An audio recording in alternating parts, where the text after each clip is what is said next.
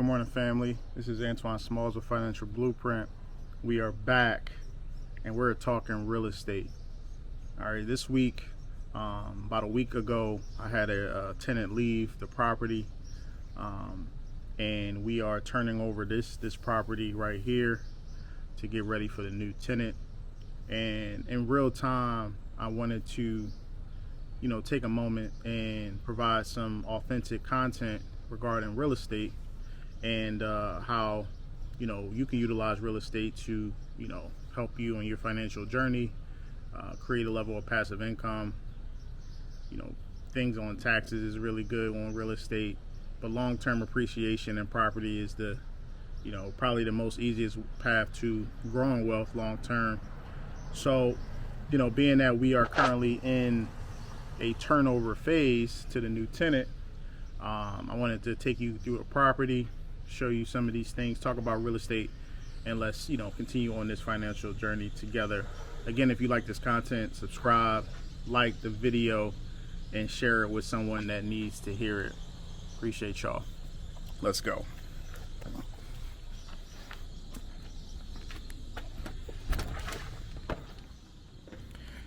So the tenant left about a week ago, and for the most part, the tenant left the property in good shape. It was these little repairs that we had to make, to the floor as we go up the steps. In the bedrooms, there was a little bit of, items that we need to take care of. All in all, for the most part, the property looks pretty good.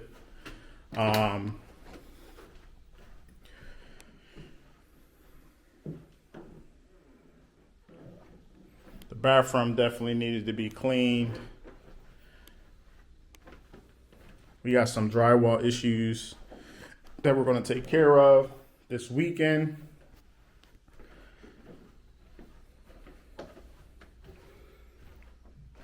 Some more drywall issues over there.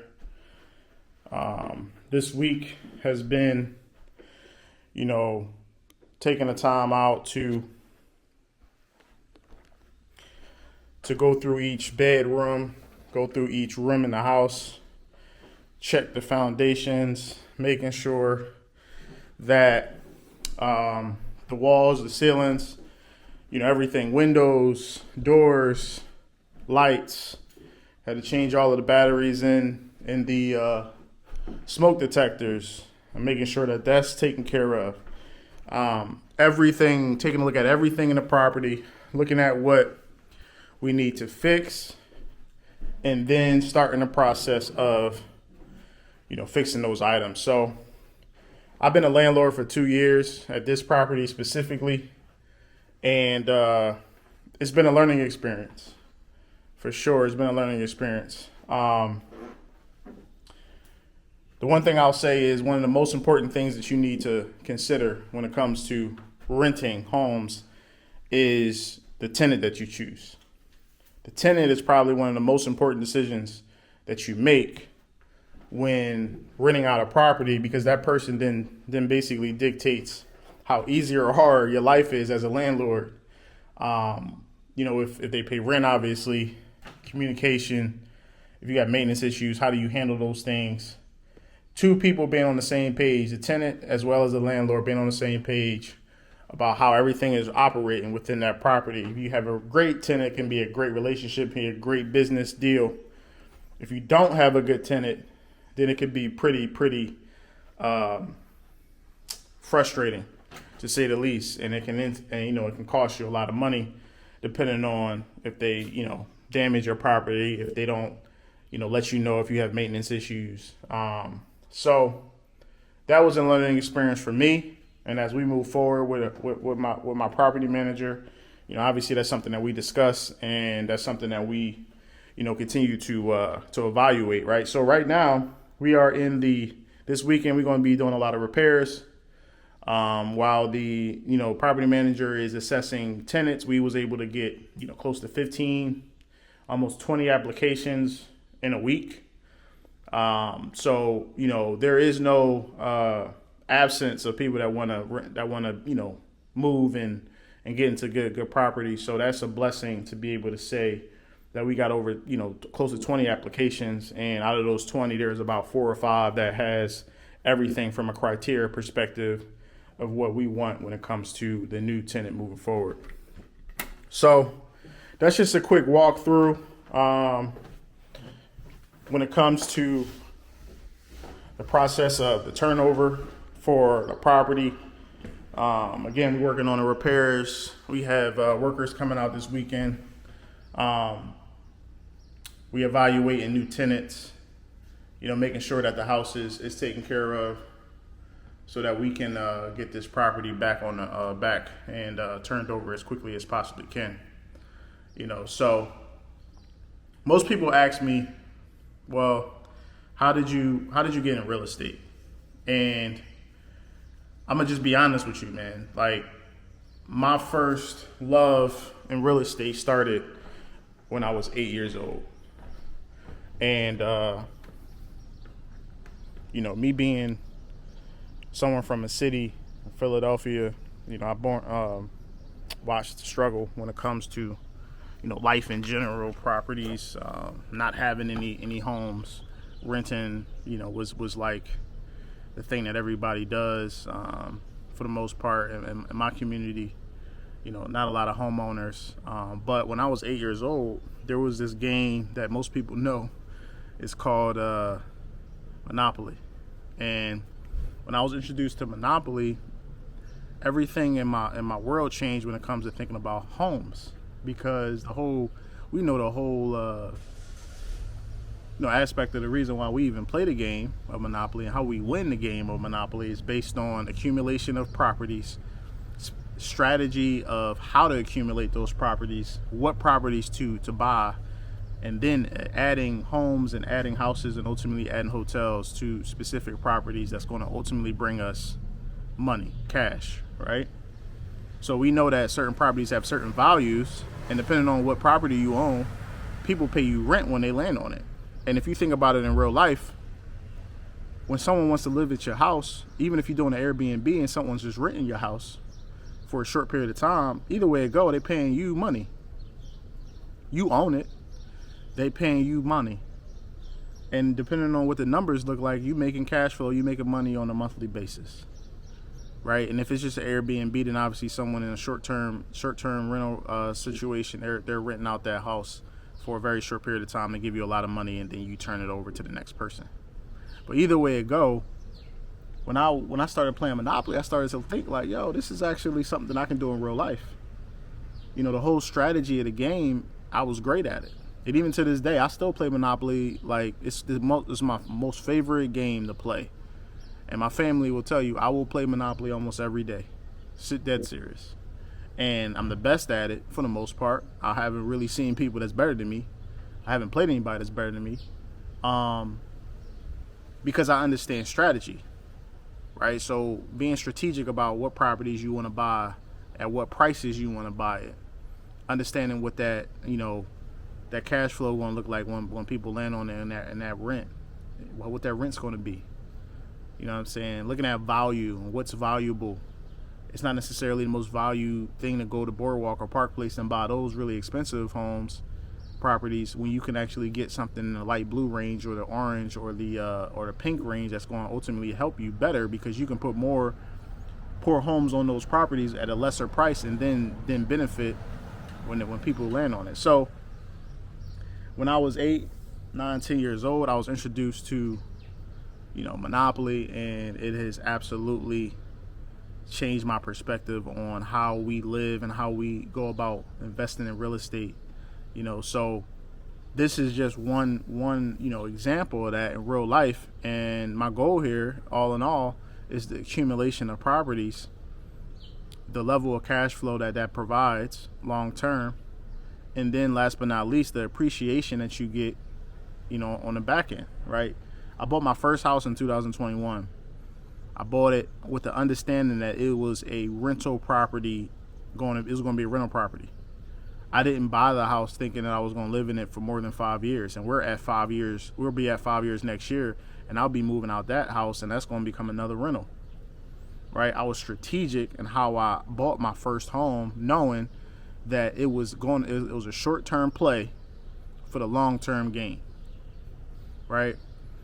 So I benefit from it for buying it at a low price, at a low interest rate, with a low mortgage, so that when I do rent it out, I can make money and ultimately benefit long-term when it comes to the appreciation of that property.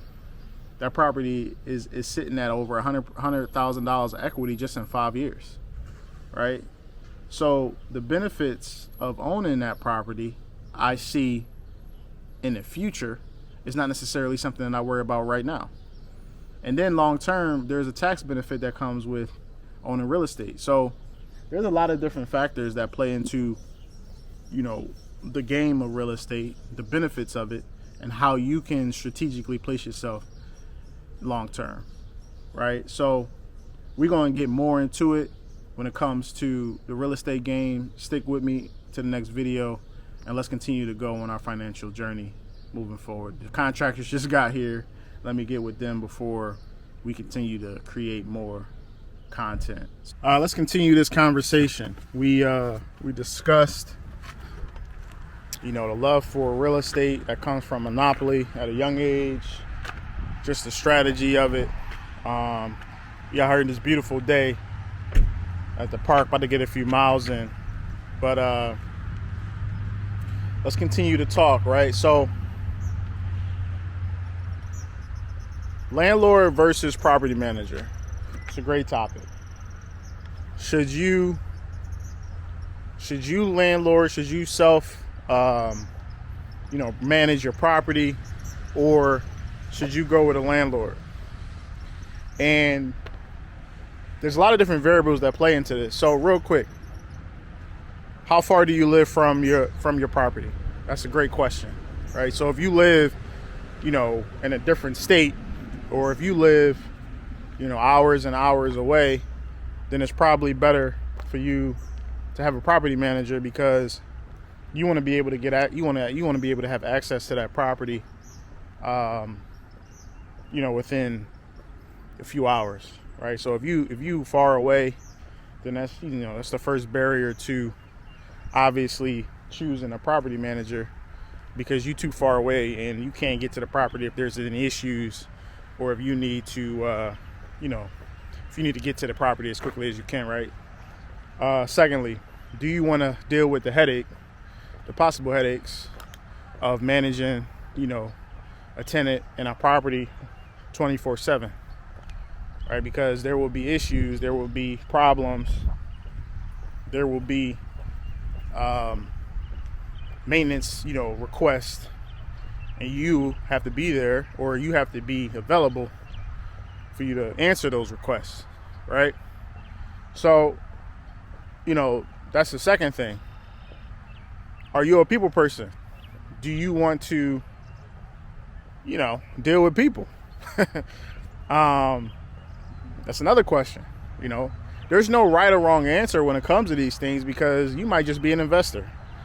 You know, I've learned after managing my properties for a couple of years that I am an investor. I am not a manager when it comes to my real estate properties, right? So learning the things that you and having that self-evaluation on the things that ultimately is, you know, your strong suit, the things that benefit you, the things that you want to deal with. Those are all our questions you need to ask yourself before buying a rental property, so that you can then say to yourself, okay, if I go with a property management company, how much money is that coming out of my pocket, right? Most property management companies are going to give you charge you at minimum 10%, 8 to 10, and in some cases 12% of your rental, your rent. That's how much you got to pay them, right? They will charge you a placement fee, 1 month's rent, to place a person in your property. And then in some cases, they will request for you to have a maintenance maintenance fund that will ultimately be there, the money available when, you know, little small repairs need to be made. So it's important to know the numbers, because if you ain't cash flowing, if you're not in a certain place financially, you probably shouldn't have that real estate property anyway. But if you do, then you might have to self-manage. You got to know the numbers also when it comes to property management. So the choice of, do you go with property management? Do you do it self-manage yourself? Those are all things that you need to know, and you got to evaluate before you buy that real estate investment property. And what we did was we managed it. I managed my property for the first 2 years because I wanted the experience of, understanding what that self-managed looked like, so that moving forward, I understood what the property management company deals with, what a property manager, has to do on a daily basis, inspections. I know the industry. I know what they have to deal with because I did it myself. So for me, it was important to start with self-management first, because this is a long-term game right here when we're talking about real estate. And I wanted to make sure that I understood everything before I then give the responsibilities over to someone else. But the way that you go about doing it might be a little different. And again, like I said, there's no right or wrong answer. It's just, what is the right thing for you? So everything that you do in real estate is it has to be intentional. You have to forecast. You have to take time to think about 3, 6, 9, 12 months from now. What am I doing? How am I doing it? What does that then impact me financially? What do I need to prepare for? I gotta always be thinking ahead at all times, right? So moving forward for me, I got a property manager. She's taking over and spearheading the turnover of the property. And moving forward, I'm gonna be an investor only. I can consult. I can give my, as an owner, I can give my 2 cents on different things. But I am given that responsibility of management over to a property manager. I had to learn that it ain't for me. It ain't for me.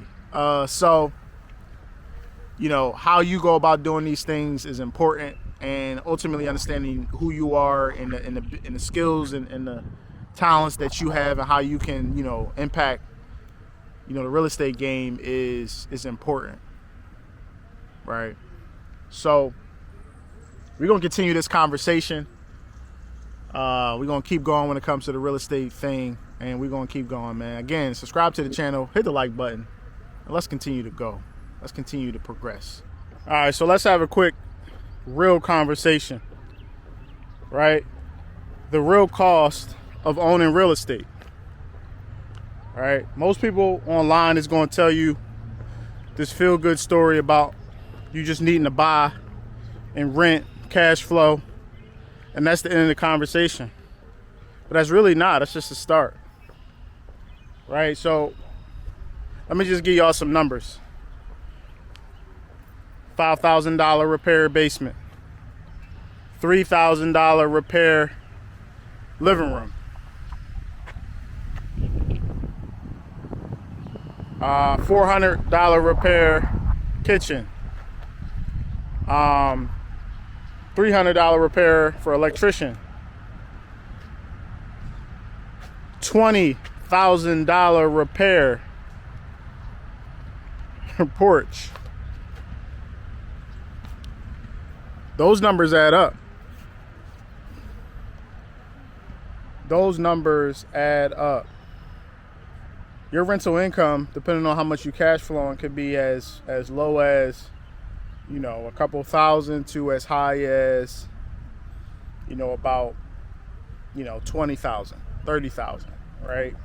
And it really just depends on how much your mortgage is, how much you rent out that property, if you have a property manager or not, if you're paying somebody or not.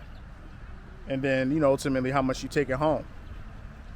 But if you're doing it the right way, then most of the time that money that you're taking home, you're putting it to the side because you know that there's maintenance issues that's going to come up out of nowhere that you need to be prepared for, you know, at the drop of a dime, right? So realistically speaking, you need $10,000 to $20,000 of just maintenance pot, CapEx, ready to go.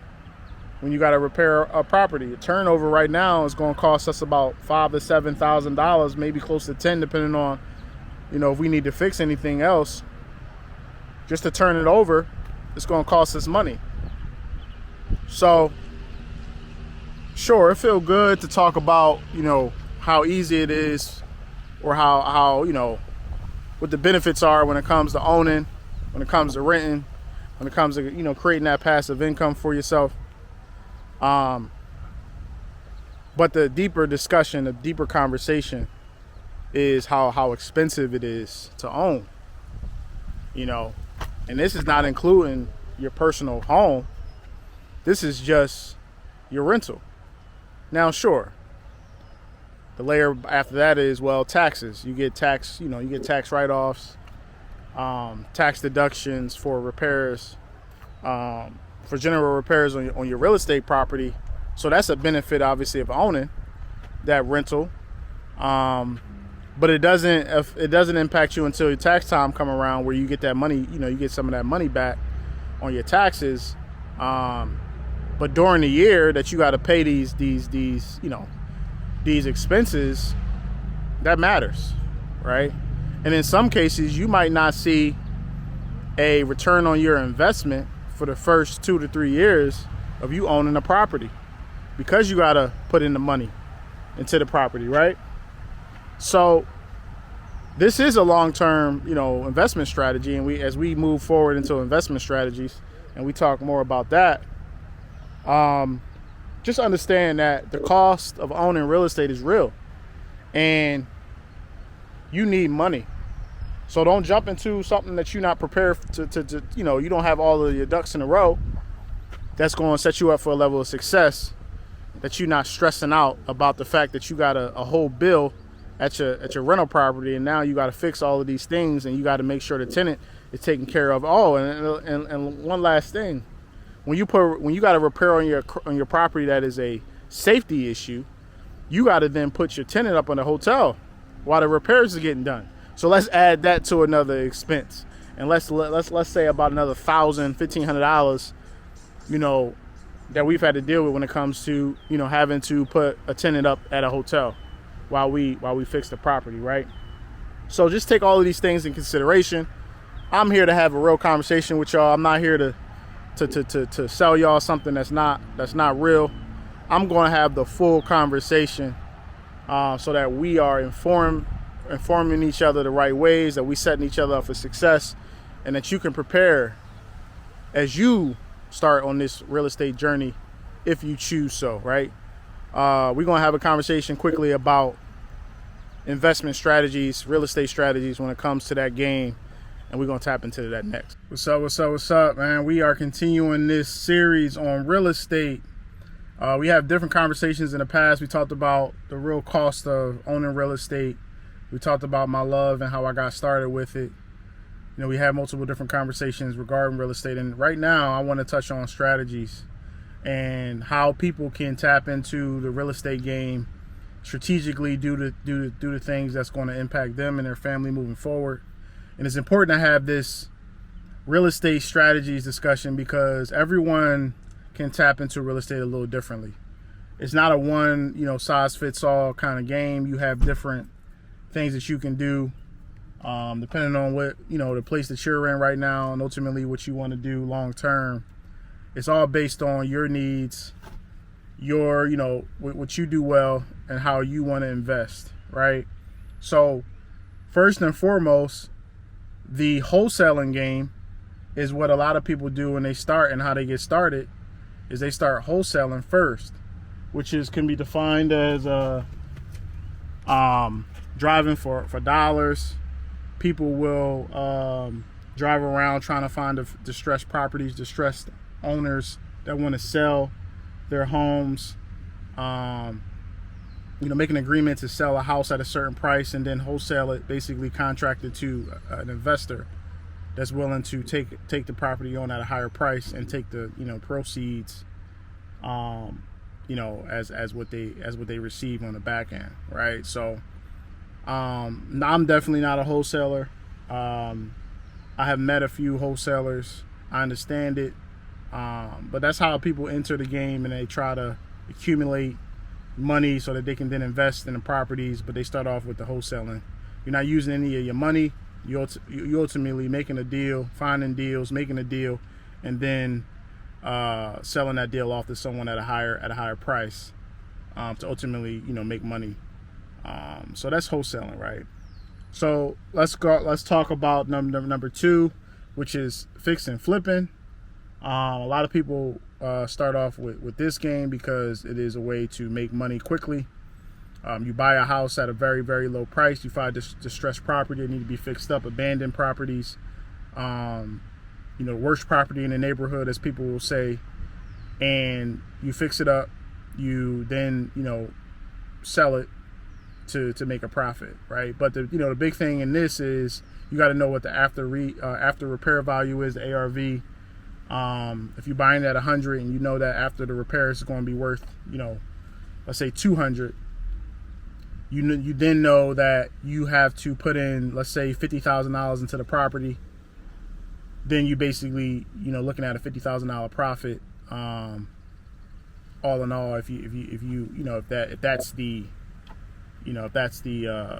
sell of the property, right? So fixing and flipping is a lot of way people get into things, especially when it comes to cities and areas that have a lot of abandoned homes, a lot of houses that's not been kept up, that's not been taken care of. Fixing and flipping is a way to strategically place yourself when it comes to the real estate game, and how to accumulate funds, right? Just taking consideration when it comes to fixing and flipping, every time you have a sell, right, you got to pay taxes, right? Capital gains tax. So I try to stay away from taxes. That's just not something I want to deal with on a consistent basis. So fixing and flipping is not my strategy, but I know a lot of people that do it, and they do it well, and they make a lot of money doing it, right? So fixing and flipping is an option, right? So let's go to another one, the BRRRR method. This might be my favorite, and one that I will continue to progress in moving forward. The BRRRR method, right? Is B and 4 R's. So you have buy, which is the B, buy. You have 1 R, which is then repair, which you buy a property. You buy a similar to the fixing and flipping, but you're buying it. You're not flipping it. You are repairing it. You're getting an ARV high by the repairs. You're then renting it out to somebody. So this is a mix between buying whole and fixing and flipping. You're repairing it, you're renting it out, then you're refinancing it, right? So again, if you buy a house, let's say at $50,000, you're repairing it, you put in $25,000 into it. You know that the after repair value is 100, let's say 150, right? So you're renting it out after you repair it. You're refinancing it. You're getting that so you put in 75. You know it's after repair value is 150. You're refinancing it at 150. You're getting $75,000 out of it, and you're repeating that process. So buy, repair, rent, refinance, repeat, and you just continue that process, right? The reason why this is effective is because we talked about taxes when it came to the fix and flip side of things. But when you refinance, right, you take that, you don't pay taxes on debt. You don't pay taxes on debt, right? So this is the layered conversation and the advanced level discussion. You don't pay taxes on debt. You refinance that money. You take that money, and then you put that money into another investment. So if you do this 2, 3, 4, 5 times, you will then accumulate a level of assets as well as wealth long term that can really build a portfolio pretty quickly, right? So the BRRRR method is probably my favorite. And as we continue to move forward in our financial journey, meaning myself and my wife and my family, we definitely will take advantage of that BRRRR method. Last but not, well, it's not the last one, but another option, which is what I do currently, which is the buy and hold method. You're just buying houses. I try to get turnkey properties. I don't like to make a whole lot of repairs. I'm not a repair guy, right? I'm an investor from the standpoint that I want to buy a turnkey property.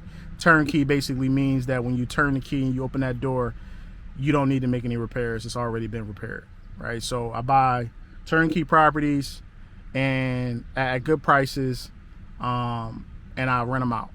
Buy and hold, not selling nothing, not selling no properties. Don't ask me if I'm selling my properties. The answer is going to be no. I'm buying and holding every property for at minimum at least 10 years, right? For the most part, you don't get the benefits of ownership unless you are thinking long term. I'm gonna repeat that again. You don't get the benefits, the real benefits of ownership, asset appreciation, depreciation on taxes, cash flow long term, wealth building. It's all based on long-term strategies, holding long-term, right? So buy and hold method, you buy and you hold that property. You make the repairs when you need to, obviously. You build that passive income threshold, and you take advantage of that long-term appreciation and ownership of that asset. Lastly, let's talk quickly about REITs, real estate investment trusts. You can invest in those if you don't want the hands-on aspect of real estate.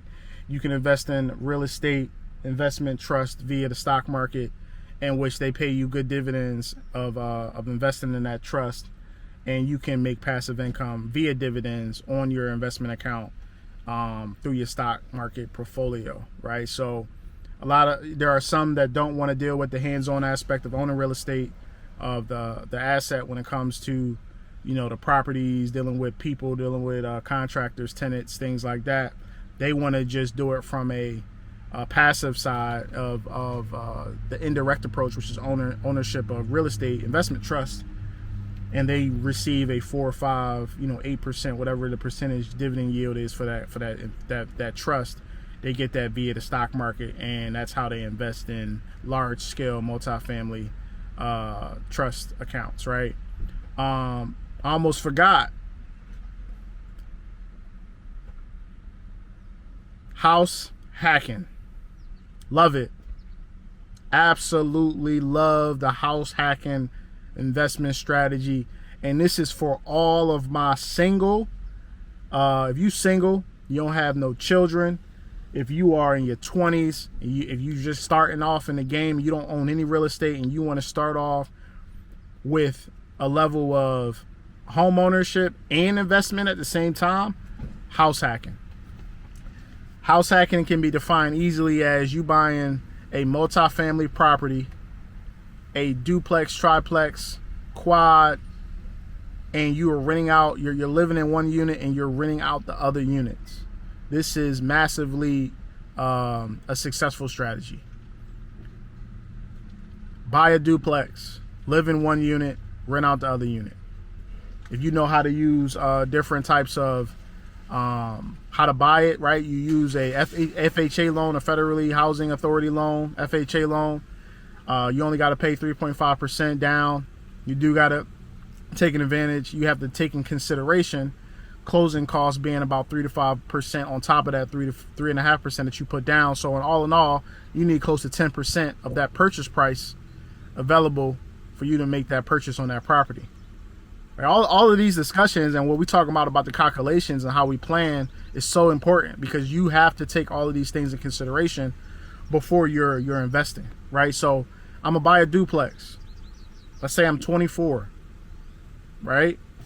I'm gonna buy a duplex and I'm gonna rent out one unit. I'm gonna supplement that income to pay my mortgage. All of the money I make from an income perspective is is mine. It's my savings. It's my stock market investment. It's my continuing to grow towards buying another duplex. I only got to live in it for a year using the FHA, the federal loan. I do it again. I buy a triplex. I live in one unit. I rent out the other two. I refinance my property that I had with the FHA loan, the first property. Now I have 2 units at that first property. I got 2 more units at the triplex, and I'm ultimately living in one. I do it a third time after another year. Now I got 5 units. Now I'm living in another duplex or a triplex or a quadplex, and I'm just repeating that process. If you house hack 2 to 3 to 4 times over a 3 to 4 to 5 year span, you could build up a portfolio large enough and a passive income portfolio large enough that it can supplement your daily expenses, and whatever job that you have is all money coming into your pocket. You don't have to worry about nothing. But this strategy takes a lot of it's so intentional. You got to be disciplined. You got to be very strategic, and you got to be committed to the long-term process of owning these assets, right? It's not comfortable being a landlord and you living in one unit and you got to rent out to someone else that's next door to you. It's not a comfortable thing, right? And if you have a family, it's very uncomfortable. But that short-term sacrifice can ultimately impact you long-term so much that in 5 years you could be a millionaire from an asset perspective and growing your net worth for the long term for the rest of your life. So house hacking is so important and so effective. So we just talked about a few different investment strategies when it comes to real estate. We talked about the buy and hold method, REITs. We talked about fixing and flipping, the BRRRR method, house hacking, and ultimately wholesaling. Right? The big thing here is choosing a strategy that works for you. Do your research, plan, be intentional, be consistent and disciplined, and take advantage of real estate out here and progress yourself forward, man. Right? So for me, in my strategy, I'm buying and holding. I'm buying properties every year or two. We're going to continue to build this portfolio. Once we get to about 5 to 7 different properties, I mean, we're going to tap into the multifamily space also, but I'm ultimately long-term looking into the commercial real estate space, looking at small to medium-sized apartment buildings, 30 to 50 to 75 units, and ultimately in the future, 100-plus unit buildings, so that we don't have to work. We can continue to invest in the real estate game and build a passive income that can provide financial security, stability, and ultimately freedom long-term. So what's up, man? Let's continue this conversation, let's continue this discussion. What do you need to buy a house? All right. We talk about investing in real estate. We talk about different real estate strategies. We talk about all of these things, but at a basic level, fundamental level, you need to know how to buy, right? And there's 3 criteria when it comes to loan officers and the people that ultimately the underwriter and how they make the decision when it comes to if you qualify for a home. Number 1, income, right? The threshold for you to buy is you obviously have to make a certain amount of money. Well, how much money do you need to make? On average, you need to make enough money to qualify for a house. If you take a salary, you times that by 4 to 5, that tells you at a basic level if you qualify for a purchase price of a home. So let's say I make $100,000 a year. My household, if it's just myself, I make $100,000 a year. Then I qualify just from an income perspective, without looking at all of the other different variables. I should qualify for a house around $400,000 to $500,000. Can it be more? Yes. Can it be less? Sure. But from just a basic income perspective, without looking at your debt, and we're going to talk about that next, you should be able to qualify for a home based on a 4 to 5 times your income rate when it comes to that income side of things, right? Number 2, your debt to income ratio is so important. It might be the most important thing when it comes to purchasing homes. All right, what's your debt to income ratio? What does that mean? Right? You take your gross income, you divide it by your debts, meaning how much you pay for on your credit report, right? Because not all debts is on your credit report. So the items that's on your credit report, you take your debts, you divide that by your income, it gives you a percentage. Realistically speaking, if you are looking for a conventional loan, which most people are, you need to have a debt to income ratio under 35%. They want it in the low 30s, preferably. So if you in that 30, 32, if you less than 30, if you close to 35, you're in a sweet spot to be able to purchase a home using your debt to income ratio. Again, number one, income. Number two, DTI, debt to income ratio, which is why it's always so important. I harp on this all the time. Pay off your debts. Pay them off. You won't be able to buy and purchase properties, especially in this high interest rate environment that we're in currently, when you have high debt. Won't be able to do it, right? Not all debt is evaluated the same. So if you have student loan debt, that's much different than credit card debt, which is much different than personal loans debt, and so forth and so on, right? So understanding that people go to college, that people got student loan issues, they have debts of, whatever number that you have, the loan officer and the underwriter will then determine what type of home or what, how much purchase, value you have when it comes to your debts based on the type of debt that you have, your student loan amounts, and your income, obviously. And last but not least, your credit score is very important. Your credit as a whole obviously has a part into the debts and looking at all of those factors, but your credit score from a mortgage score perspective, and let's have a deep dive into that real quick.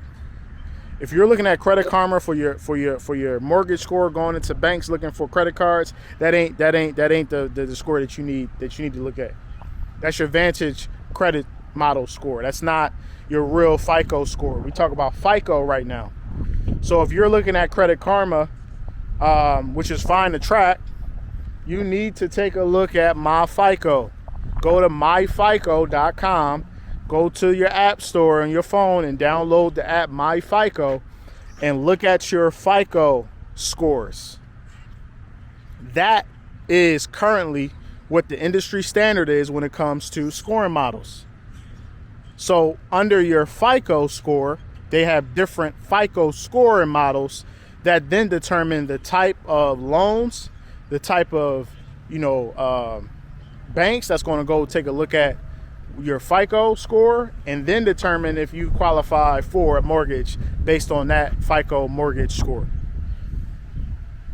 These are the things that I did not know prior to becoming a homeowner, right? And then I had to learn these things before I could actually go buy my first house, about 5 or 6 years ago, right? So download My FICO. Look at your FICO score. There are multiple different FICO scores. You have a FICO score for credit cards. You have a FICO score for card notes, auto loans. You have a FICO score for mortgages. They are all different, and you need to know what your FICO score is when it comes to your mortgage. And at a minimum, conventional loans, at a minimum, 620. But you need to get closer to that 660 range, 680, 700 to get yourself in a good position so that you don't have an underwriter or a loan officer telling you that your credit score is not good enough, right? If you are a conventional loan, you just a regular person looking for a conventional loan, you need to be closer to that 650, 660 range. In this current climate that we're in with higher interest rates,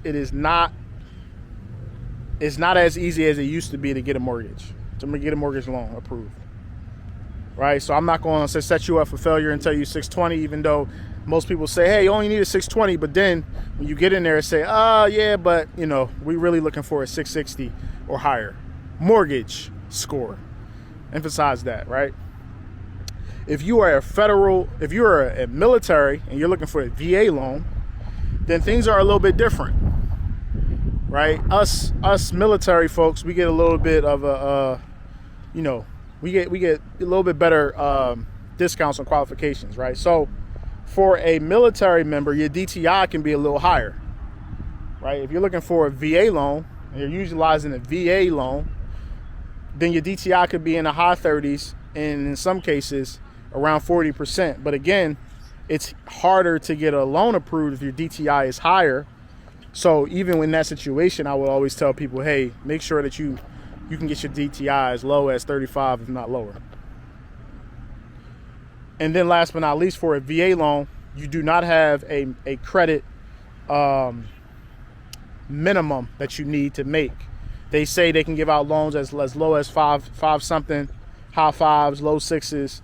But again, to put yourself in a great position from an underwriter perspective, then get yourself in that 620, 630, 640, 650. If you can't get to 660 range, that's going to ultimately benefit you when it comes to buying a house, right? So one, income. You need the income to validate that you can afford a mortgage. A mortgage is the biggest investment that you're going to make for the most part for your life, right? Outside of you owning a business and you got massive amount of income and investments, your mortgage is your biggest investment of your lifetime. So your income has to validate it. You have to make enough money. Secondly, your DTI has to be low, below that 30% threshold. Pay off your debts. Prepare ahead of time. Get your credit card debt out of there. Get your spending out of there. Get your car notes out of there. Get your personal loans out of there. If you can pay off your student loans, by all means do so. By all means do so, right? But at a minimum, your DTI need to be around that 35 or lower range. Last but not least, your credit. Number 3, your credit score, your mortgage score has to be, I would say, shoot for 660 or higher. If you're around that 620 range, if you're at that 600 range right now, only thing you need to do is take advantage of your credit, do the things that's going to raise your score up 20 points, 30 points, and get yourself above that 620 threshold. But to get the best savings, to put yourself in the best position when you walk in that credit, when you walk in that loan officer door and you say, hey, I want to buy a house, make sure you got all 3 of those things together. I went in 2020, 2021. I met with a guy, one of my guys, in 2019, at the end of 2019, and I said, yo, I want to buy a house. At the time, my credit was not great. It was not good at all. I made enough money, but I had too much debt. So I said, okay, I got a year and a half timeline. It took me a year to get my credit score from 580s, 590 range all the way up to close to 700. For that year, I made every intentional decision you can possibly make when it comes to putting yourself in the right position of success. I walked into my loan officer's office. I said, yo, I want a crib. I want to buy a house. I know what my credit score is to the number. I knew what my number was. The person didn't believe me. She did my credit. She pulled the credit report, and she was amazed that I knew the exact number of what my mortgage score was. Because most people don't know about FICO, and that you have a FICO mortgage score. It's not your Credit Karma score. It's not your Vantage scoring model. It is the FICO scoring model. But my point here is walk in the door with everything checked to where there's no questions. Yeah, is this person can afford it income-wise? Yes. Does this person have a low debt enough to where my DTI is under a certain threshold? Yes. Does that person have a mortgage score above a certain number to ultimately benefit them when it comes to the rate that you receive in that mortgage and that underwriter looking at that loan? Yes. All of the answers is yes. Walk in that door with confidence. Tell them you want a loan. Go start searching. Get that real estate agent. Go start searching for cribs and put that offer in and let's go. Let's go. right? If you're looking for a conventional loan, you need 20% down. You need 20% down on that loan. So again, if you're looking at houses at 100,000, 200,000, you know what? Oh, okay, I need 20% down. Move that decimal point. $100,000, you need $20,000 down. Conventional loan. $200,000 home, you need $40,000 down at a minimum, plus closing costs. Put yourself in a position that you are prepared and that you are setting yourself up for success. Know the information and execute. Know the information and execute. That's all this is, man. So the criteria to buy a house, again, income, credit, low DTI. The three things that's going to put you in a great position of success moving forward, man. Again, like the video, subscribe to the channel, man. I love the game. I love the information. Leave me a comment. Where are you currently at in your home buying process? If you currently own homes, are you looking to buy more real estate? Where are you currently in that process? Right now, I'm preparing to buy another house in 2026. Me and my wife is preparing today to get to next summer, a year from now, be able to progress and move and get another crib. That's what this is all about, man. So I appreciate y'all. I love you guys, man. Keep tapping to the channel. Keep tapping in with me. Appreciate y'all. Have a good day. Peace.